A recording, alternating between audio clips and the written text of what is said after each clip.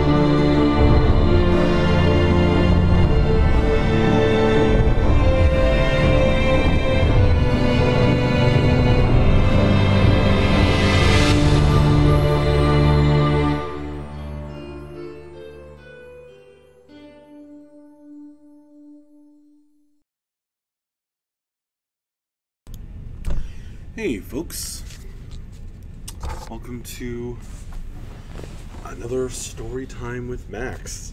It's been a little while since I did one of these. Tonight, for your listening pleasure, I'm going to be reading The Becoming Silverhands, Part 3, which is the Tale of Nuada, Part 3, or Nuada. Oh, hey Scott the Rock, hey Fubuwoo. We'll probably read approximately half of this, because it's a good long one, and if we read about half, then we'll still have something for next week. So, oh, you could barely hear me. Oh, that's strange. Looks like the volume is pretty good.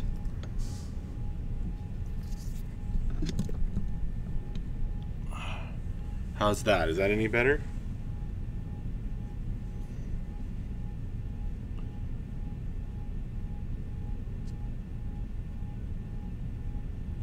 Seems okay for Fubuwoo, and that's better for Scott. Okay, good. So, yes. Last time, we read about the Chamber of Lost Souls, wherein a large number of statues were standing, and from all different races and realms. And many of them wore jewelry. However, as a Lukrapan eagerly broke from the group and grabbed some of the jewelry, as soon as he stepped back on the path, he instantly turned to stone and became one of the silent statues, sentinels sitting in the vast dark cavern. The mercenaries and Nuada were all somewhat alarmed, or more than somewhat alarmed, by this event, and so they left. And just as they were leaving, Nuada thought he saw some movement, and the statue of the Lukrapan seemed to vanish from sight, lost among the statues. And so he felt a presence in the depths, a malevolent presence. And that's right where we pick up. All right. With campfire and s'mores. Are you camping, D-Horsey? That sounds amazing. All right. So without further ado, The Becoming Silverhands Part 3, the developed version. Nuada led the Delvers swiftly away from the Chamber of Lost Souls. The stone pathway led down through a tunnel and toward a large intersection. As the group walked on, the path began to change, the worn stones giving way to an uneven surface. John glanced down and choked, disgusted. The rest of the mercenaries had a similar reaction, eyes widening in the mage light. They could now see that body parts were embedded in the path, hands, legs, and heads of every imaginable race, size, and description. This frozen flesh had merged with the stone path itself, making it uneven. Wearing queasy looks on their faces, most avoided another look downward. Nuada drew his sword, and the rest followed suit. Their steps slowed to a cautious pace as they crossed a high stone bridge. Nimue frowned at the black chasm that dropped away out of all sight. Beyond, the mercenaries came to the intersection of 3 tunnels. The stone walls were aglow with reflected colors, emanating from a strange flame held by an even stranger statue. Reaching the center of the open space, the remaining adventurers stood before an enormous statue that radiated a silent, palpable malice.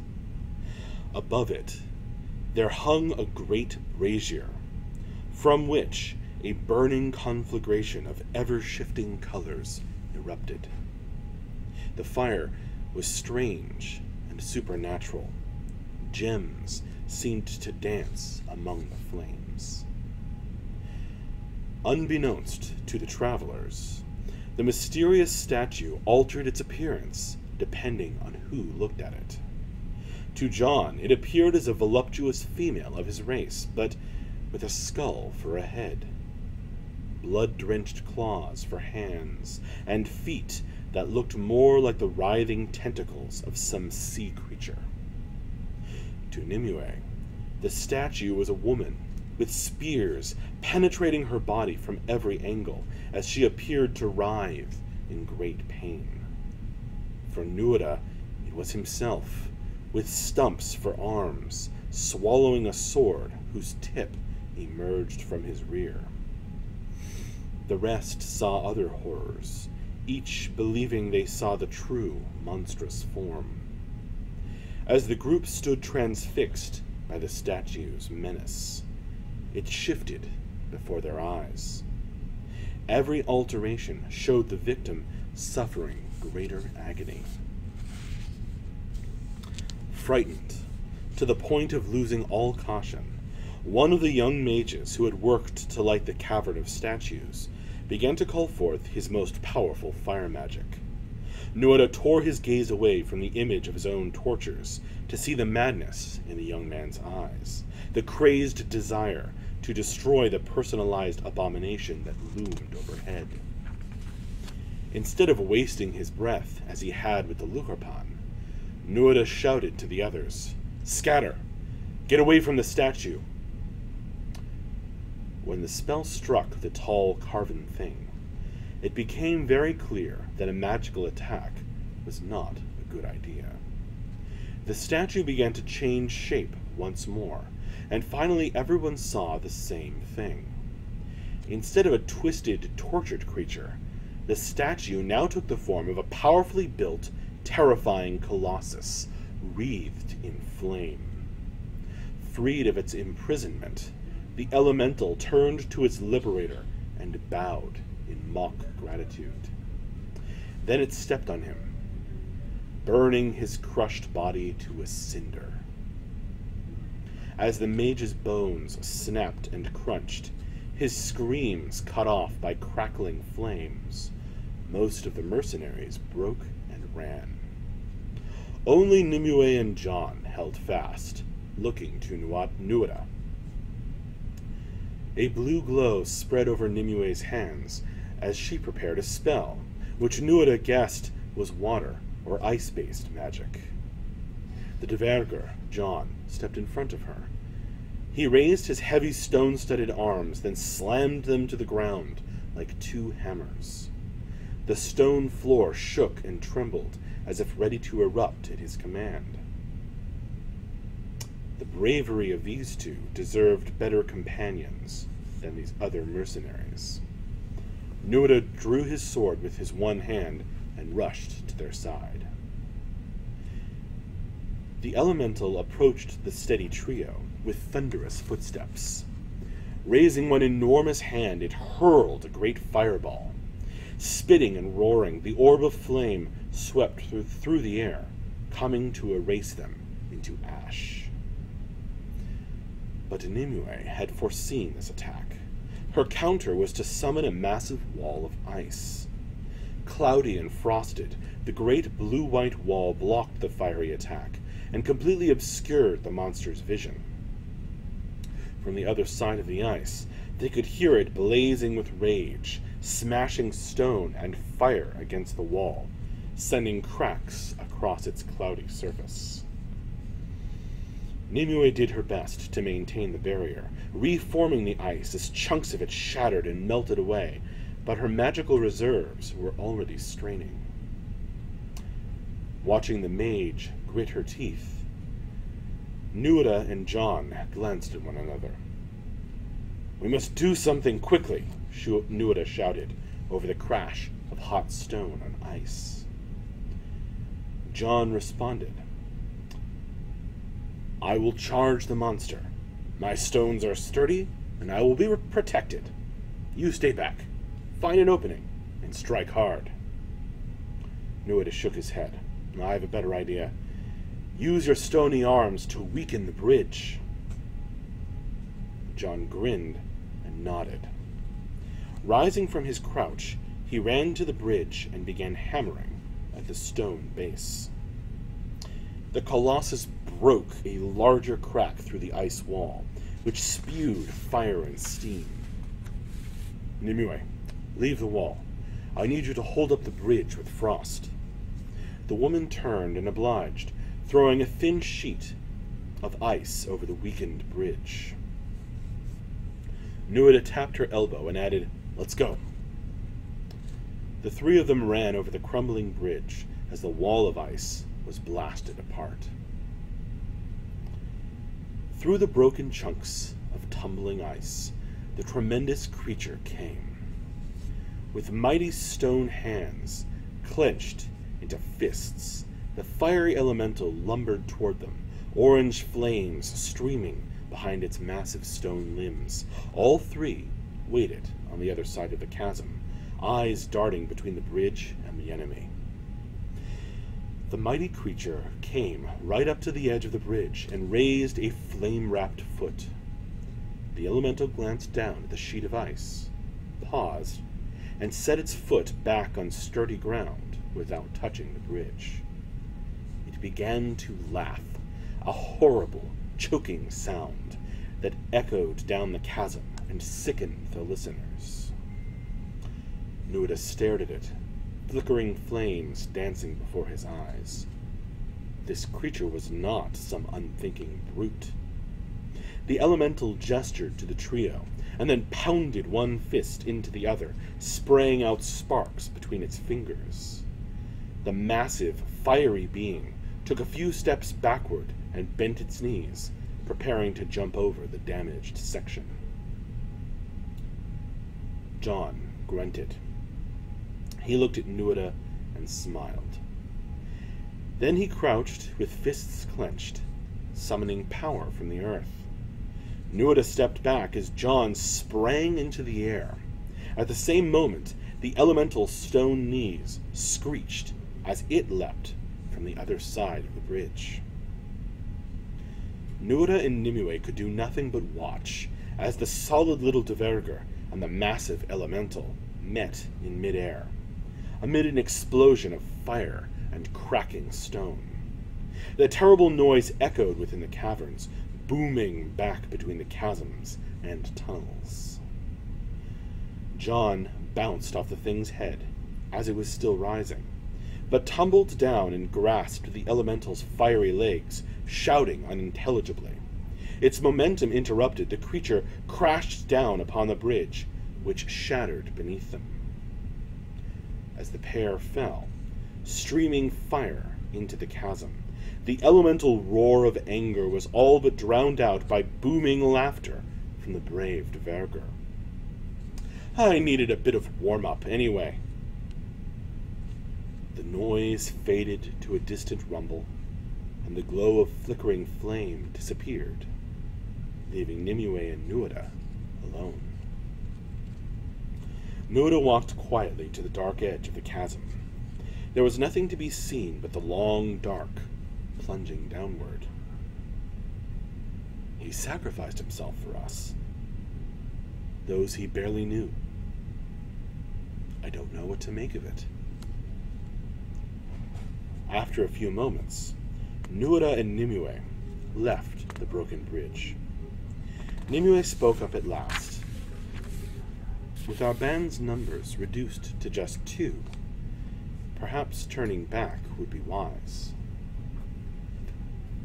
Agreed, Nuada grunted. They began to retrace their path, back toward the gate, footsteps echoing through the empty stone halls. The dim light of their one remaining torch flickered across the walls and to the smaller tunnel mouth, where they had emerged from the cavern of lost souls. However, peering through the opening in the smoke of his torch, Nuada did not see the dark cavern. Instead of the ranks of stone statues, there was a tunnel full of green growing things, like misshapen tree limbs. Though the changed room made him nervous, Nuada felt more comfortable among trees, no matter how twisted. As he stepped into the tunnel, a sickly green glow spread from his foot, emanating from the diseased moss and lichen. In the phosphorescent glimmer, Nuada could see how the growths covered every inch of the tunnel's inner surface, slowly pulsating like the breathing of a gigantic creature. Just a moment. Nimue looked ill at ease as she stepped in behind Nuada, and light rippled from her feet. She summoned a seeing eye to scout ahead, her fingers weaving a pattern and calling the spell out of nothing. The small orb went whizzing off as she came up beside Nuada. The eye made it no more than a stone's throw down the tunnel before a green tendril reached out from the ceiling. Moving like a snapped tendon, it grabbed the floating eye and crushed it to a burst of magic blood. Nimue and Nuada watched with open mouths as the eye's mush fell to the ground. The thick moss that covered everything sucked in the remains with a greedy, slurping sound. Nuada shook himself and hesitated to speak, lest he alarm this strange living place any further. They had no choice but to keep going, so he gently pressed Nimue's shoulder before moving in front. Together, they walked slowly forward, sinking to their ankles in the soft moss with each step. With the strange bulbous shapes made by the moss on the walls, it felt like anything could be hiding, ready to leap out. Nuada kept his left hand on his sword's hilt, tensed to draw at any moment. As they neared the midpoint of the passage, Nimue whispered, "I do not wish to discover if that thing can kill me." Calling up her ice magic once more, she froze the hidden tendril in place so that it could not strike. Nuada smiled grimly at her success, but as they continued down the tunnel, he spotted something move within the thick layers of green moss. The Tuatha stopped in place, and Nimue peered around him in the phosphorescent glow to see little pods swelling, growing from both sides of the tunnel. As the pods stretched to their limit, they began to burst, releasing deformed creatures that skittered over the walls, still attached to their pods by a long green vine. They had plant-like limbs and nightmarish faces, with fungus hanging from them in flaps around their huge eyes. As they crawled with thick arms or ran towards Nuada and Nimue with feet of twisting roots, they left a glistening trail with each step, like snails with legs. Nimue began casting spells furiously. Runes flared and faded, and frost crept up her arms as she fired off small bursts of ice magic. Nuada drew his sword and charged. He hacked and spun, slicing the things to pieces.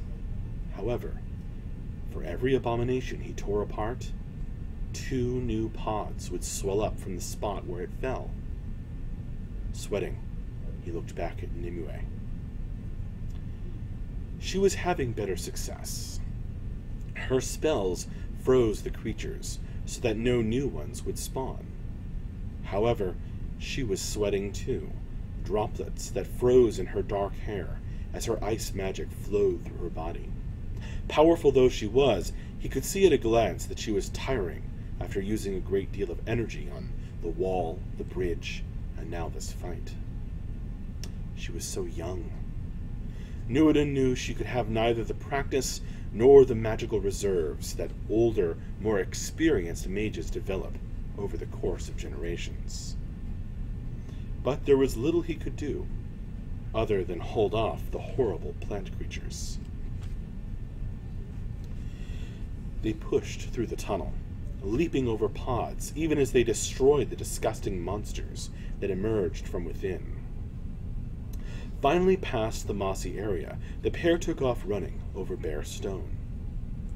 Behind them, a host of monstrosities followed in hot pursuit, squelching along on twisted limbs. They let forth wet, gurgling cries of hunger, and an awful smell blew over the adventurers, threatening to overwhelm them. Running as fast as he could, Nuada felt helpless. Nimue was tiring fast, lagging behind. The reaching root fingers were nearly grasping her feet. He knew he could not fight them all, especially if they spawned more every time he cut them. Desperate, he thought back to his long years of training, wondering if there was anything he had ever learned that could stem this tide. Finally, an idea struck him. Nuada remembered a particular half-sword style, the murder strike, learned when he had 2 hands. Could he perform the technique with one? Spinning around to face the oncoming tide of green horrors, Nuada grasped the blade of his sword. Instead of cleaving the things, he beat them with the hilt, as though it were a mace.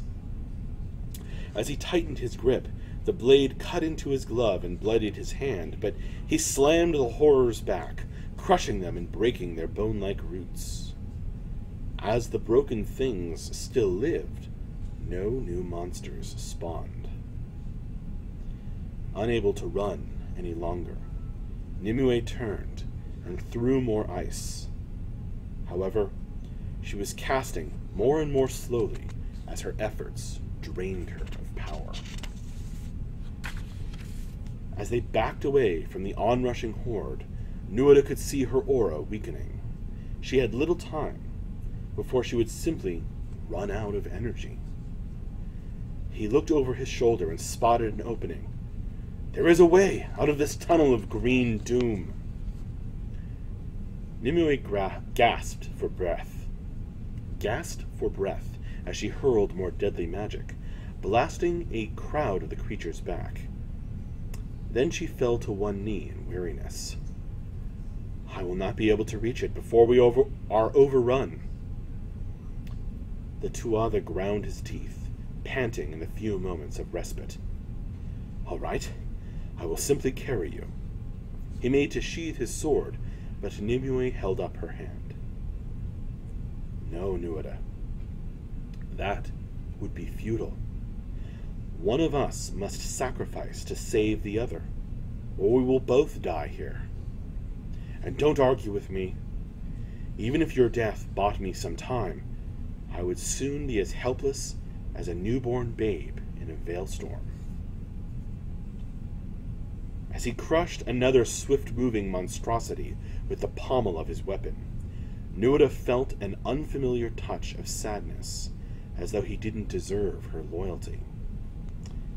But he was Nuada, sword brother, true king of the Tuatha De Danann, and his story could not end here. He wanted to say something else, something poignant and heroic. But before he could, she added, "Run." So, he sprinted off along the stone floor, turning back only when he reached the end of the tunnel. He saw a white and blue island in a sea of green. Nimue had used the last of her magical energy to cover the tunnel near her in ice. As the creatures froze, slipped, or slid around her, she spat curses at them. "I forswear renewal," she cried. "I will destroy you all." Nuada was shocked. His magic senses were blinded as she transformed herself into a being of pure, cold energy. As her life force was expended, her aura, which had already been strong, grew to a blinding flash. Nuada had never felt this much power, and for only the second time in his long life, he felt true fear seize him. He had no reason to fear her, however. Nimue's power was directed at the monstrosities that still surrounded her glowing body, looking for an opening. Finally, one dared to reach out and grab her arm. The instant it touched her, the plant-like monstrosity froze. Stiff-limbed, it collapsed at her feet and shattered into shards of ice. The chunks of ice exploded, covering everything in more frost. A chain reaction began, each splinter of ice causing more freezing explosions. The tunnel became a winter tableau, of icicles and frozen creatures, with Nimue standing tall in the center of the chaotic scene. As the last of the monsters died in the icy blast, Nimue turned toward Nuada, stood in the darkness, further down the tunnel. She smiled at him as a small blue tear fell from her eye. When it touched the ground, Nimue froze, joining the eerily silent scene. Nuada felt something unfamiliar as he slipped out the tunnel's exit, something he found difficult to name. Perhaps it was regret, or simple loneliness. And that seems like the place to stop for this evening. So, I will continue this next time, probably next week, for another story time with Max, but that's it for tonight. So, thank you very much for listening. I hope you enjoyed as much as I had fun reading. Let's see. Join us tomorrow for Morning with Max. I'll be on in the morning, chatting and answering questions about lore or development or whatever's going on. So that's tomorrow morning. And it's on the schedule, which Moobot has in the Twitch chat. And then, of course, we'll have the end-of-week wrap-up in the afternoon. It's usually at 4 p.m. our time, usually with Mark Jacobs, though not always. Sometimes other people jump in.